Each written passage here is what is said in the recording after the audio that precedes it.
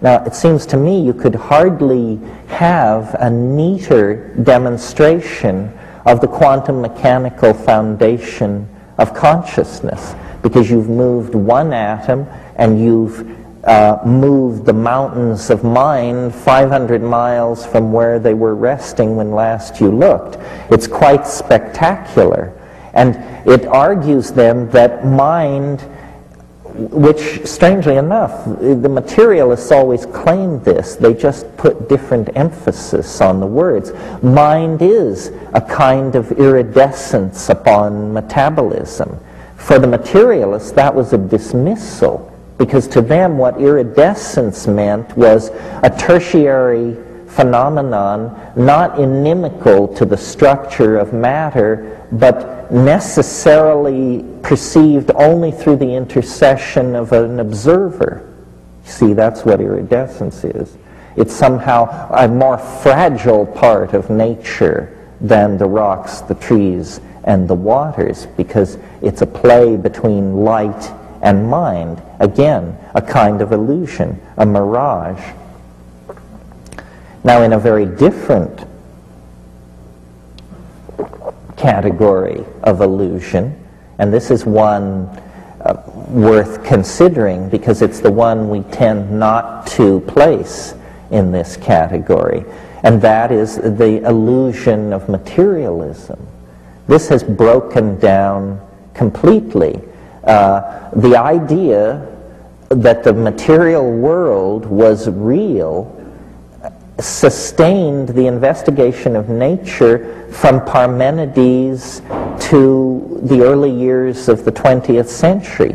Virtually the entire history of human engagement in the abstract intellectual modeling of matter, matter was assumed to be pretty much as presented in perception, solid, enduring, having simple location, meaning, you know, it stays where you put it, and when you look there again, it's there.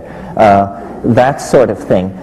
Now, one of the best kept dirty secrets of Western civilization is that the core science, which is physics, the science which was always the envy of all the other sciences for its mathematical formalism and its incredible predictive ability, because it's not unusual in physics to predict from theory an experimental result to the third or fourth decimal. This is spectacular congruence between theory and experiment. You don't get that in the social sciences, or even in physical, need I mention, even in physical chemistry.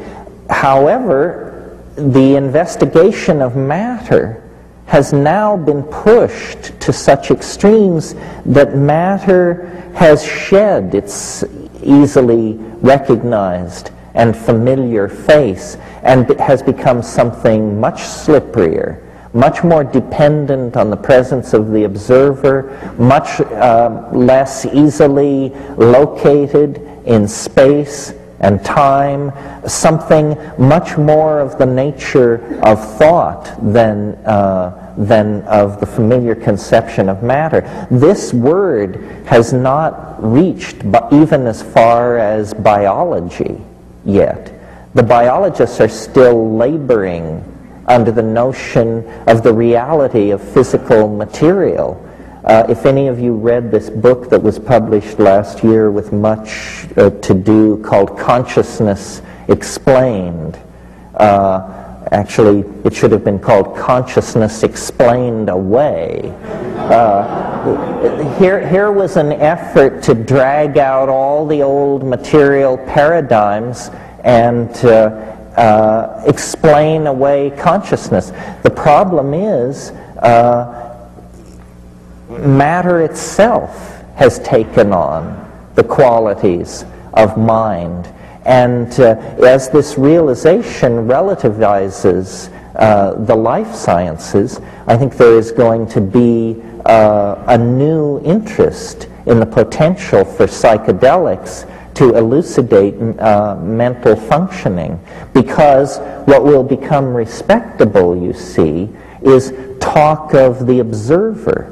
This is what has invaded physics, the most rarefied and formal of all the sciences, had, in order to make sense of its enterprise, allow the observer a kind of primacy with the thing observed. As this seeps into the life sciences and psychology, hopefully the phobia of actually involving yourself in your field of study that informs all these reductionist to ratomorphic types in the schools of psychology will be overturned.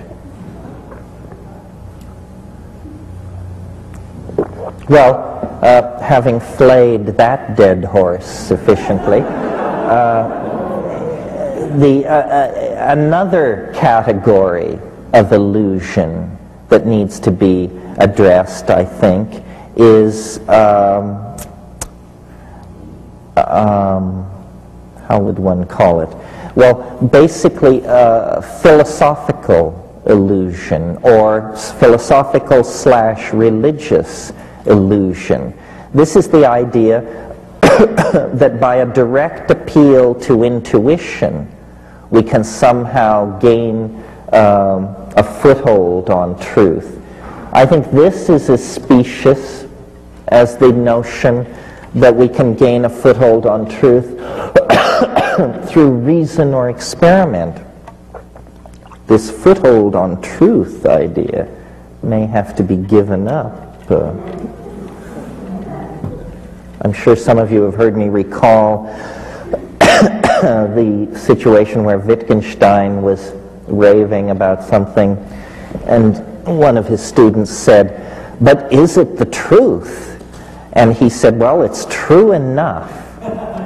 And this is really means a great divide has been crossed when you can say that, because it means you understand now that you are no longer a fairy in a Platonic super world, but that you are actually a monkey with a brain full of mush trying to sort out, what's right in front of you.